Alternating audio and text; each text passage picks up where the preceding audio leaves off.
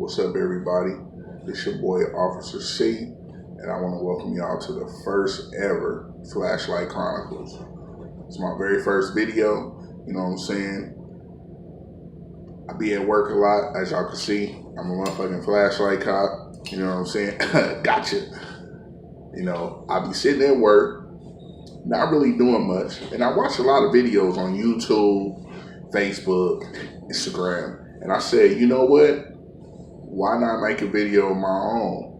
It's a lot of stuff I be wanting to comment on, or I even have an opinion on. It's a lot of stuff that be going on. So I figured, hell, why not share your views and let's see if people, you know what I'm saying, whether disagree with you or agree with you. So let's see.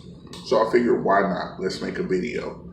So here on my first ever video, I got actually one main topic I wanted to talk about in this first video, and that's the documentary, the Dr. Dre and Jimmy Iovine documentary, the DefiantOnes. Now, I want to be clear on this.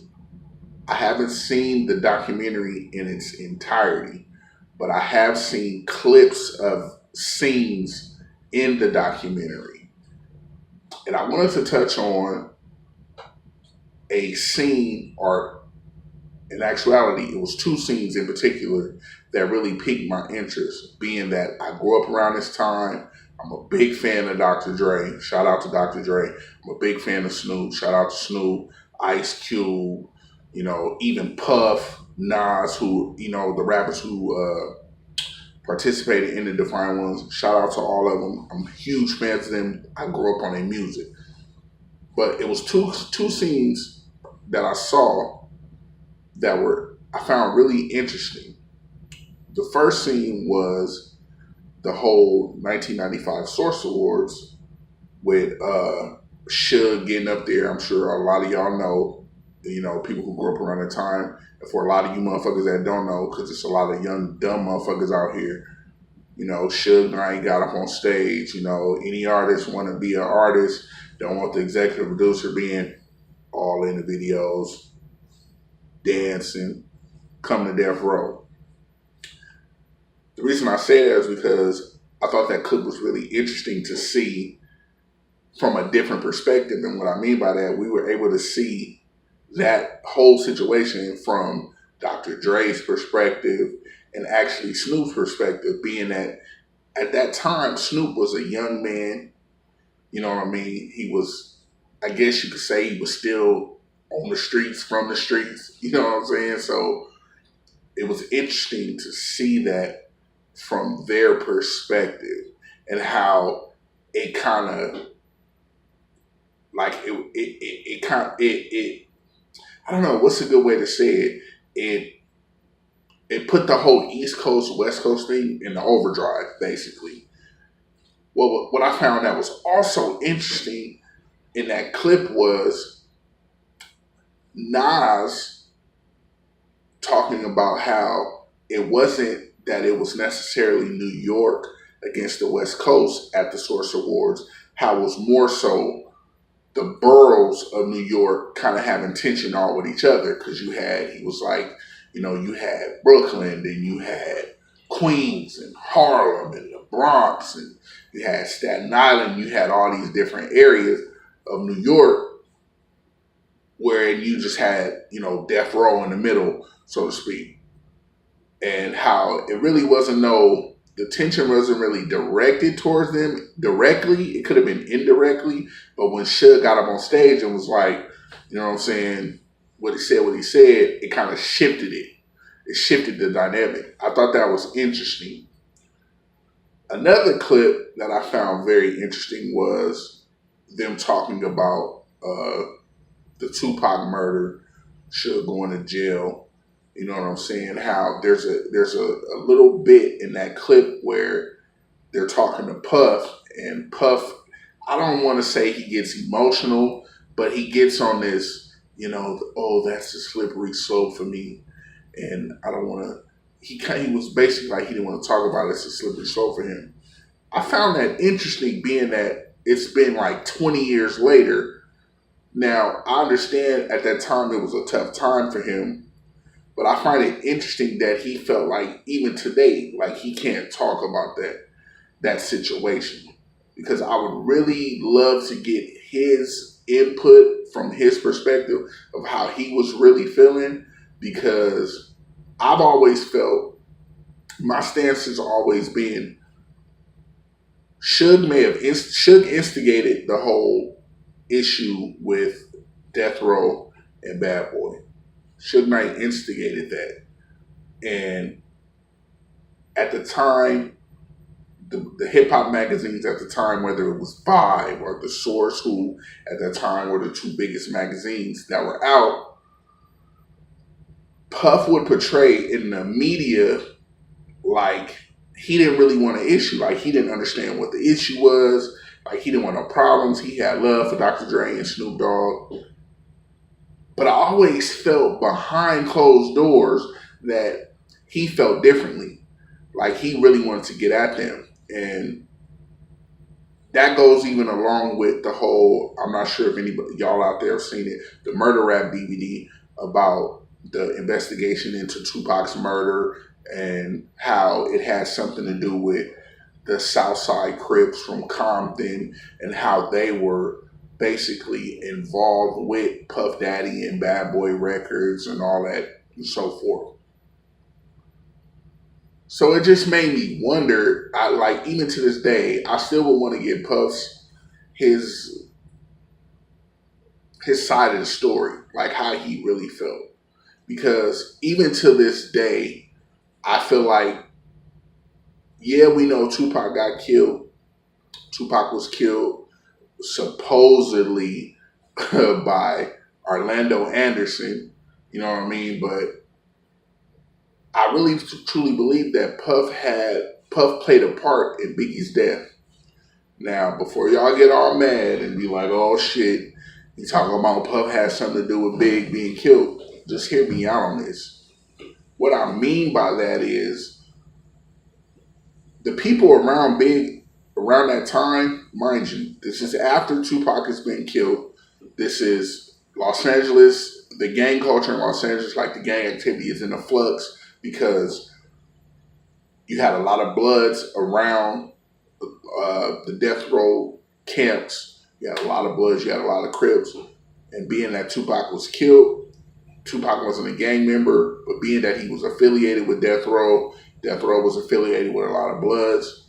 You know what I mean? It was a lot of shootings on the street in Compton and Los Angeles at the time, a lot of murders.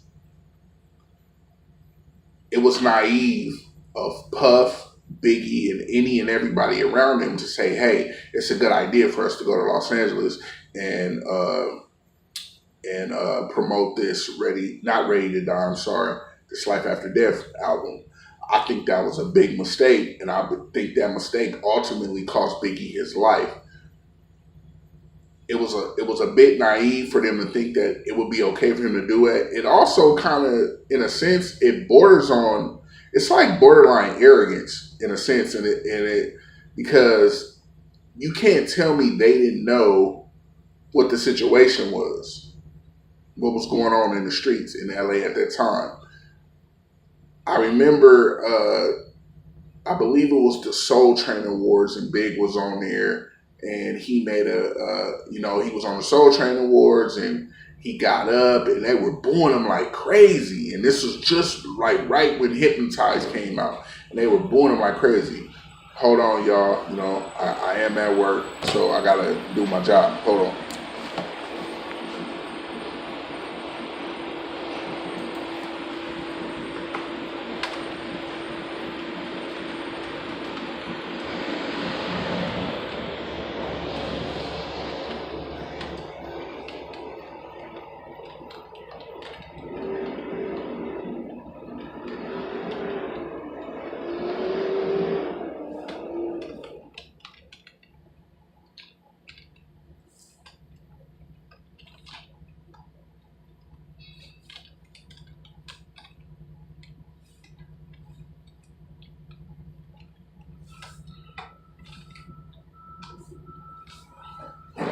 All right, I'm back, y'all.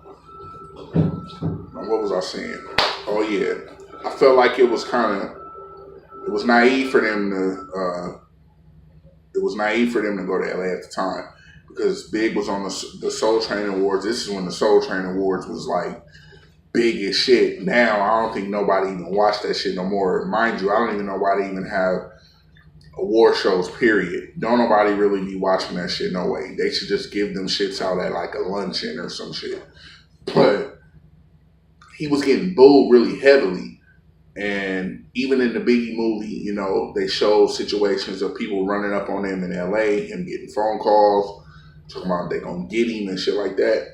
I felt like it was just a bad move, man, and being at that bad move led to him being killed, and ultimately it robbed us, the fans, because we lost out on one of the greatest rappers of all time. And the same could be said for Tupac. I am a die-hard Tupac fan. I listen to Tupac music every day. You know what I'm saying? We lost out on two of the most influential artists ever in music, period. Not just hip-hop, but music, period. And it was all because of, they were young at the time. I believe Tupac was 25. I also believe Biggie was 25 at the time they were killed. I'm thinking that if they both were able to live, looking back, hindsight is always 2020 when you look back. They could have looked back and said, damn, we was really on some stupid shit at the time. I think if Pac would have lived, you know what I mean, he would have been able to maybe look back and go, damn, I was really a knucklehead. Like, I was wild. Like, I was running wild, because there's no question anybody who grew up around that time, who's a fan of Tupac, you know, for all the good things that people say about Tupac, about him being a revolutionary and him having that type of, that attitude, and him being a leader and caring about his people, let's be real, Tupac was kind of a knucklehead too. And I believe it was two sides to Tupac. You know, he was kind of a knucklehead, and he was low-key, he was kind of naive, you know what I mean? And in a sense, that naivety, if that's even a word, I don't even know if that shit's a word, his naivety led to him being killed. And it's unfortunate because we were robbed of that. You know, we were robbed of two of the best musical acts ever. You know what I'm saying? I just thought that was interesting, seeing that on that clip about the DefiantOnes documentary. I'm definitely gonna check it out because I'm a huge fan of Dr. Dre, again, Snoop, NWA, Ice Cube. Like, I grew up on that music, Warren G, you know, the whole, anything that was coming out of Death Row at that time, the Dog Pound, you know what I'm saying? Just pretty much Lady of Rage, Miss Chalet, shit. I listen to Miss Chalet singing, you know what I'm saying? The DLC, whether it was with Ruthless, Eazy-E, you know what I'm saying? MC Ren, who was one of the most underrated artists in hip-hop history. Trust me when I tell you that. As a lyricist, MC Ren is sorely underrated. But I was a big fan of them. And then even Bad Boy, I was a big fan of them. You know what I'm saying?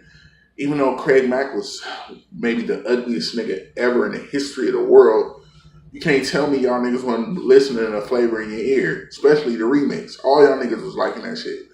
You can't tell me y'all didn't like Total with Kima, Keisha, and Pam, you know what I'm saying, and 112 and Faith, and then you can even move down the line. You had Carl Thomas, and you know what I'm saying, you had G-Dep and Black Rob, and how can anybody forget about Mace? You know what I'm saying? It kind of just, you know what I mean? Sometimes you just wish, like, you could be like, damn, I wish we still had all them acts around today. I know I might be spewing all over the place, but, you know, I'm passionate about when I talk about music because I'm a big proponent of old school music. I'm going to be honest with y'all, I don't really listen to nothing new today. Nothing. Because all this shit is whack. It's more so, it seems like to me, it's more so quantity over quality. And nobody really makes quality music anymore, except for maybe a handful of people. You know what I mean? I feel like we having a serious issue with R&B music. You know, R&B is dying. I said this maybe like 4 or 5 years ago, to the people that are close to me, around me. I've been telling them, to anybody who will listen, R&B music is dying, people. It's dying. Like, it has one foot in the casket and one foot out. You know what I mean? You can go back to whether it was, you know what I'm saying, Missy Elliott, Genuine, you know, Aaliyah, Jaheim. It's too many R&B acts to name, and it was so diverse that it's a shame we don't have that today. There's a few people out there that are pushing R&B music, but it'll never be what it was. And I'm a big proponent of wanting to bring R&B back. So I'm thinking about starting a series of highlighting 90s R&B. Y'all tell me what y'all think about that. I think the very first video that I'm gonna start off with the Flashlight Chronicles R&B Music Edition is gonna be male groups of the 1990s. You know what I'm saying? I'm talking about the real obscure ones, because it was quite a few. And we're gonna talk about them. We're gonna go over some of their music. You know what I'm saying? We're gonna compare them to each other, but not really gauge them on comparisons, because they were all just cool and dope in their own certain way. You know what I'm saying? So this is my first video, Flashlight Chronicles. It's your boy Officer C. Like my video, share my video, comment on my video. You know what I'm saying? I definitely will talk back. You know what I'm saying? I'm here at work doing my flashlight thing. As y'all can see, I'm a security guard. You know what I'm saying? So talk to me, I talk back. Until next week, Flashlight Chronicles, and I'm out.